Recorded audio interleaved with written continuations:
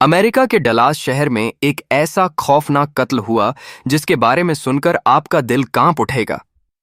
एक भारतीय motel manager Chandra Nagamallaiah का सिर तन से अलग कर दिया गया, और वो भी उनकी पत्नी और बेटे के सामने। और इस कत्ल के पीछे कौन है?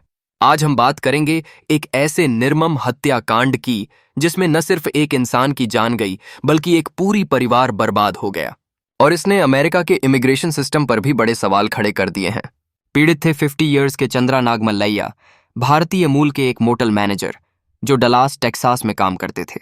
11 सितंबर की सुबह उनकी मुलाकात होती है एक गेस्ट से जिसका नाम है यॉर्डनिस कोबोस मार्टिनेज, जो 37 का क्यूबन नागरिक है। पुलिस के शपथ पत्र के मुताबिक दोनों के बीच एक छोटी सी बात पर बहस हो गई। कोबोस मार्टिनेज को कहा गया कि वह टूटी हुई वॉशिंग मशीन का इस्तेमाल न करे। ये बात समझाने के लिए चंद्रा ने एक सहकर्मी की मदद ली और इसी बात पर संदिग्ध भड़क गया। सिक्योरिटी कैमरा फुटेज में दिखता है कि कोबोस मार्टिनेज कमरे से बाहर जाता है और कुछ ही मिनट बाद एक मछेटे लेकर वापस आता है। फिर वह चंद्रा पर बर्बर हमला करता है। जब चंद्रा भागकर अपनी पत्नी और बेटे को बचाने के लिए दफ्तर की ओर जाते हैं, तब भी संदिग्ध उनका पीछा करता है और वहीं पर उनकी हत्या कर देता है। पुलिस के मुताबिक उसने बाद में कबूल किया कि उसने चंद्रा का सिर काटकर डस्टबिन में डाल दिया। सोचिए, यह सब चंद्रा के अपने बेटे और पत्नी के सामने हुआ। एक गवाह ने CBS न्यूज को बताया वह 108 नंबर कमरे से लेकर दफ्तर तक उसका पीछा कर रहा था।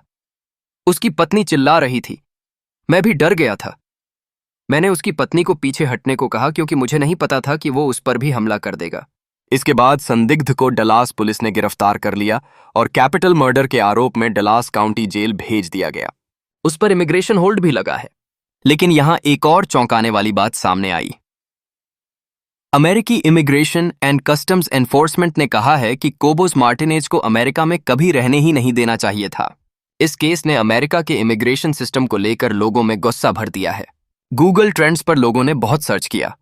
डैलस बिहेडिंग, नागामलाया, चांद्रा नागामलाया, और Texas, Nevada, Mississippi, new Jersey और फ्लोरिडा जैसे राज्यों से सबसे ज्यादा सर्च आई। रिकॉर्ड्स के मुताबिक वह पहले भी 2 बार फ्लोरिडा में ऑटो थेफ्ट के मामले में गिरफ्तार हो चुका था और ह्यूस्टन में बच्चों से अशोभनीय हरकत और हमला जैसे आरोप भी लगे थे। वह पहले ICE के डिटेंशन सेंटर में था, लेकिन क्यूबा के लिए निर्वासन उड़ानें बंद होने की वजह से उसे रिहा कर दिया गया था। ICE ने बाइडेन प्रशासन पर यह कहते हुए सवाल उठाया कि अगर निर्वासन उड़ानें चालू होती तो शायद आज चंद्रा जिंदा होते। एक छोटी सी बात पर इतनी बड़ी त्रासदी। एक मां ने अपने पति को, एक बेटे ने अपने पिता को अपनी आंखों के सामने इस तरह मरते देखा। यह सिर्फ एक हत्या नहीं बल्कि एक सिस्टम फेलियर भी है। मिलते हैं अगले एपिसोड में किसी नए सच के साथ।